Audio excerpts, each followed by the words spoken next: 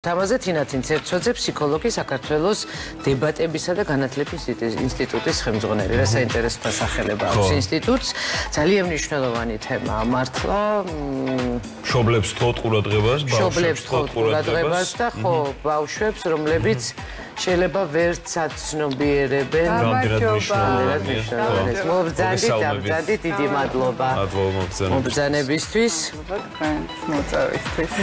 თითქოს ვიცით რას ნიშნავს არაფორმალური განათლება და მაინც იქნებ იმათთვის, ვინც ვერ ხვდება რა არის ეს, განმარტოთ და რამდენად მნიშვნელოვანია არაფორმალური განათლება დღევანდელ სამყაროში. კიდევ ერთხელ მოგესალმებით, როგორც წესი ყოველთვის არაჩვეულებრივ თემატიკებს ეხებით ხოლმე და აი ჩემს წინამორბედებს რომ მიუბრუნდე და წინა სიუჟეტებსაც რეალურად მინდა გითხრათ რომ ისიც არაფორმალური განათლების ნაწილია. ანუ ყველაფერი რაც კი არის ადამიანის განსაკუთრებით მოზარდების განვითარებასთან დაკავშირებული და რაც არ არის აკადემიური ჩარჩოებით მოცული, ყველაფერი არის რეალურად არაფორმალური განათლება.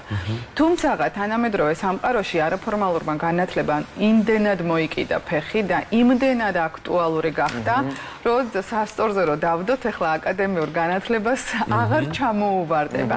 ძალიან ბევრი მიზეზების გამო და ერთ-ერთი არის ხშირად რაც ხსმენიათ წარმატებული ადამიანების ისტორიები. თუ გაიხსენებთ, იქ სულ მოყავთ ხოლმე არც ისე სახარბიელო ინფორმაცია, რომ აი აკადემიურ სფეროში როგორ ბევრს ვერაფერს თითქოს ვერ აღწევდნენ, ხო, მაგრამ აი ნახეთ მე რამდენი რამ შეძლეს და ესეც რეალურად იმის ნიშანი არის ხოლმე, რომ არაფორმალურად მიღებული ინფორმაცია, განათლება, განვითარება, ეს ცნობიერების ცვლილება გარკვეული სახით არის სწორედაც ერთ-ერთი უმნიშვნელოვანესი სრულფასოვან პიროვნებად ჩამოყალიბებისათვის. ინტელექტისა. კი, ეს რა თქმა უნდა.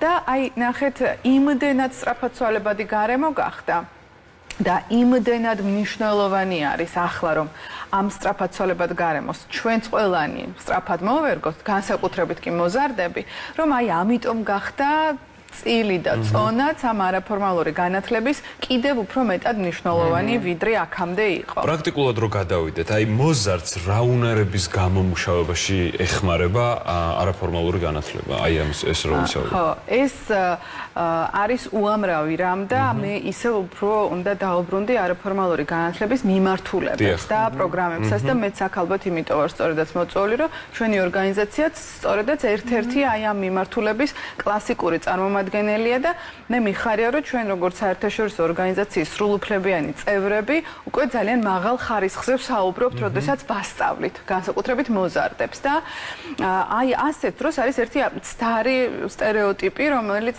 მე ძალიან მინდა რომ დავანგრიოთ და ბევრჯერ შევეხო ამ თემას.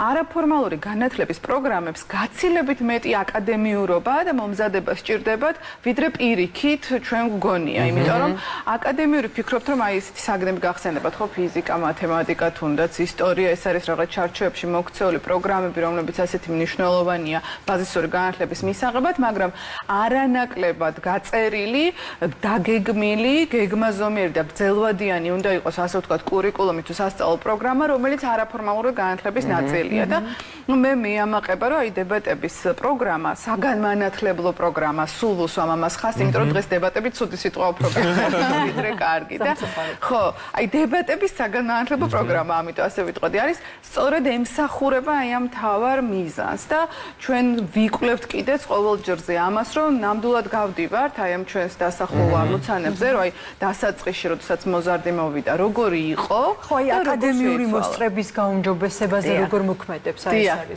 საინტერესო თქვენი დაკვირვები. დიახ, აი და რატომ არის ასეთი ღირებული ბოლო-ბოლო ეს არაფორმალური განათლება? თუ აი ასე კარგად არის ეს აწყობილი და აი ჩვენ რისი მტკიცებულებებიც გაგვაჩნია ხოლმე ხელთ, აი ასეთ დროს ჩვენ გვაქვს აი როგორ გითხრათ, ტესტები სპეციალური და გვაქვს ესეთი დებატების სკოლა, რომელშიც სწორედაც აი ახლა ამ სასწავლო წელს ვიწყებთ მიღებას და მიხარია რომ ასაკი კლებულობს და ეს ძალიან მნიშვნელოვანია. აი ჩვენ წელს გვაქვს მე-7 კლასიდან მოსწავლეების მიღება, იმიტომ რომ რაც უფრო ადრეული ასაკიდან ხდება, ყველა იმ ტექნიკის დაუფლება, რომელიც აი მართლაც სასიცოცხლოდ მნიშვნელოვანია, მართლაც ყველა სფეროში ეხმარება მოზარდებს, აკადემიური მიღწევების გაუმჯობესებაში, ყოველდღიურ ცხოვრებაში, თუ ნებისმიერ გარემოში მეგობრებთან ურთიერთობის დროსაც, აი ასეთ დროს ძალიან მნიშვნელოვანია, რომ ადრეული ასაკიდან დაიწყოს ამის სწავლება და აი წელს დებატების სკოლა თბილისის სკოლის მოსწავლეებისთვის განსაკუთრებით ცხადდება სწორედაც უკვე მე-7 კლასიდან და აი ამ სწავლების პროცესში ისეთი უნარებია, რასაც მე ახლა ჩამოვთვლი, შეიძლება ბევრისათვის კარგად ნაცნობია, მაგრამ სულ ისეთია, როგორ გითხრათ, მჯიღზეცემას უფრო გავს ხოლმე, რომ მაგათ ოპონენტის პატივისცემა, ხო, სულ ვამბობთ, რომ აი რა მოხდება, რომ ისეთი დისკუსია გქონდეს, რომ პატივს ვცემდეთ ოპონენტის მოსაწრებას, ხო? ადვილი მისაღწევი ეს არ არის და მთელი ჩვენი სწავლება მაგალითად აი ამას ეფუძნება. ან როგორ უნდა გამოდიოდეს სიტყვით თამამად მოზარდი, ან ყვებოდეს ტექსტს ისე, რომ არ ჭირდებოდეს რაღაცა ბორძიკი, ჩახედვა, ან დაზეპირება რაღაცის, ხო? აი ამ ყველაფერს როგორ გითხრათ, თამაშით ძალიან ადვილად ახერხებენ, რომ მიაღწიონ ხოლმე, იმიტომ რომ მთელი პროგრამა ისე არის გაწერილი და იმდენად ბევრს მუშაობთ სისტემატიურად ამ ყველაფერზე, გარდა დამატებითი აქტივობებისა, როგორც საქართველოში, ისე მის ფარგლებს გარეთ, რომ აი მე გავდივართ ასეთ უნარებზე და როდესაც არაფორმალურ განათლებას ვეხებით, ეს მაგალითი მე რატომ მომყავს.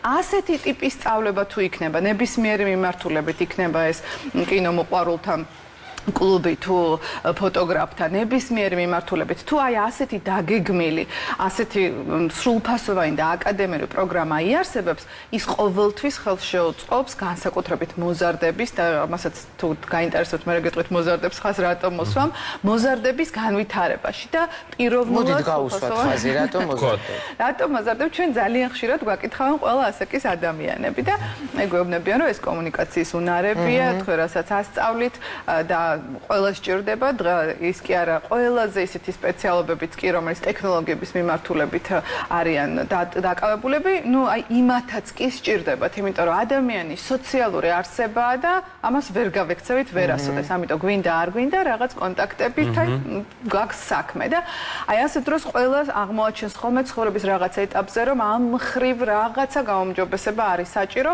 და ეს მოიყვანა ცივილურმა სამყარომ და აი იმ ეპოქამ რომელშიც ცხოვრობთ. ეს არის დიჯიტალური სამყარო და აი ამან ცოცხალი კონტაქტები ძალიან შეამცირა. აი ყველამ გაიხსენეთ თქვენი თავი, რო აღარაფერი თქვათ მოზარდებზე, რომ მაინც ვირტუალურ კონტაქტებზე ვართ უფრო მეტად გადართულები და ამან თავისთავად გამოიწვია ყველა აი ამ კომუნიკაციური უნარების, ასე ვთქვათ, დაქვეითება და ამიტომაც აი რო ყველა ასაკის და ყველა პროფესიის ადამიანი გვაკითხავს, იმიტომ ვახსენე ტექნოლოგიების მიმართულებით, რომ არ გეგონოთ მხოლოდ ჟურნალისტები გვაკითხავდნენ, ან მხოლოდ პოლიტიკოსები. და ნუ ჩვენ როგორც გითხარით ვატარებთ კვლევებს და მთელი ჩემი სადოქტოროც ამას მიეძღვნა, რომ რა გავლენას ახდენს ეს სწავლება ადამიანებზე და გაირკვა, რომ რაც უფრო პატარა არის ასაკი, რა თქმა უნდა, შედეგები უფრო მაღალია და რაც უფრო მატულობს ასაკი, მით უფრო მეტად რთულდება ამ ყველაფრის ათვისება, განსაკუთრებით ჩვენნაირი სწავლების და აი ჩვენ ძალიან ხშირად, აი ახლა გვაქვს სწორედაც ერთ-ერთი ბოლო ღია კარის დღე 13 ოქტომბერს და მიხარია რომ ახლა შემიძლია ეს თქვა ონლაინ და მშობლები გვაკითხავენ ძალიან ხშირად და სულ ვუხსნით ამ მშობლებს, რომ თქვენი мотиваცია გასაგებია თქვენც რო გინდათ, მაგრამ აი დამერწმუნეთ, როდესაც მოსწავლეები დაინტერესდებიან და თქვენი შვილები ჩაერთვებიან, აი იქ იქნება რაღაც 2 დღეში შედეგი, 3 დღეში შედეგი და ცვლილება და თქვენ შემთხვევაში იმიტომ შორები ძირთად მოგმართავენ, რომ ეხლა ყველაფერი ძალიან კარგად არის, მაგრამ სახლში ვეღარ ვაბჯობნით ჩვენ შვილებს არგუმენტაციაში და მსჯელობაშიო და რაღაცნაირად ჩვენც დაგვეხმარებთ და ამიტომ ჩვენ გვინდა რომ აი ამ ღია კარის დღეზე კარგად ავახსნათ, რომ პირველ რიგში ახლა ვაცხადებთ მოსწავლეებისთვის მიიღებას და თანაც მე-7 კლასიდან. აი თქვენ ხშირად ახსენეთ ის ფაქტი, რომ ეს არაფორმალური განათლებაც უნდა იყოს აკადემიური, ფორმალური, გააზრებული, ასე ვთქვათ, სისტემური. რამდენად მიგაჩნიათ შესაძლებელი, რომ სწორედ აკადემიურ სივრცეში გადაინაცვლოს ამ განათლება, ანუ თქვენი აზრით უნდა ჩაერთოს თუ არა სკოლა აი ამ ტიპის, ასე ვთქვათ, პროცესებში და დაეხმაროს მოსწავლეს იქვე ადგილზე, რომ ეს პარალელურად განვითარდეს. ძალიან დიდი მადლობა ამ შეკითხვისთვის. ერთ-ერთი ყველაზე აქტუალურია, რაც მთელ მსოფლიოში დგას დღესდღეობით აი ამ სწავლების მიმართულებით და თუ გადავხედავთ დასავლეთ ევროპას, ან ამერიკის შეერთებულ შტატებს, რომლებიც რაღაც დონეზე შეგვიძლია რომ მაინც ნიმუშად განათლების თვალსაზრისით მოვიაზროთ, მაგრამ არა პირდაპირაც ამასაც უსვამ ხარს ჩვენი სპეციფიკა გვაქვს. იქ ვნახავთ, რომ ეგრეთ წოდებული კლუბები, სკოლის შემდგომი სწავლებები, ასე როგორც ეძახიან ხოლმე ისინი, არის ძალიან აქტუალური და იმდენად აქტუალური. გახანგრძლივებული რო ერქვა. დიახ, და წრეები ერქვა კიდევ თუ გახსოვს ყველა ეს ტერმინები. ანუ იქ იმდენად ღირებულია, რომ აი მაგალითად უმაღლეს სასწავლებლებში იცით როგორი კონკურსებია, ხო? იქ როდესაც უნდა განიხილება და ეს განიხილება ესეთი პორტფოლიოები მოსწავლეების ძალიან დიდი ხვედრითი წილი მოდის აი ამ დატვირთვებზე, ანუ სკოლის გარდა რას აკეთებდა ესა თუ ის მოსწავლე და აი მე მიხარია რომ ჩვენი სერტიფიკატები, როგორც საერთაშორისო სერტიფიკატები არაერთხელ წაუღიათ მოსწავლეებს და არაერთხელ მოუპოვებიათ სტიპენდიები იმის გამო, რომ აი მაგალითად დებატების სკოლაში სწავლობდა. მარტო რომ სწავლობდა, წარმოგიდგენიათ, ესეც კი ძალიან წონიანია. ოღონდ ისევ იმეორებ, როდესაც მათ იციან როგორ სწავლებაზე ან როგორ კლუბზეა საუბარი. და ხა რაც შეეხება სკოლებში როგორ არის ეს ინტეგრირებული. ერთი არის პრესტიჟური და ეს არის ესეთი საუნივერსიტეტოც და კლუბური და ეს კლუბური გესმით ხო რაც ნიშნავს სიტყვას აი როგორი დატვირთვაც აქვს ამ თვალსაზრისით და მეორე არის რომ როგორც ხშირად ხდება ხოლმე და სხვათა შორის მინდა გითხრათ ძალიან სასიხარულო ამბავი იმიტომ რომ სულ ვამბობთ რომ რაღაცებში ჩამოვრჩებით და ყველაფერში და აი მე მიხარია რომ ბევრ ამაში ჩვენ არ ჩამოვრჩებით დებატების მიმართულებით.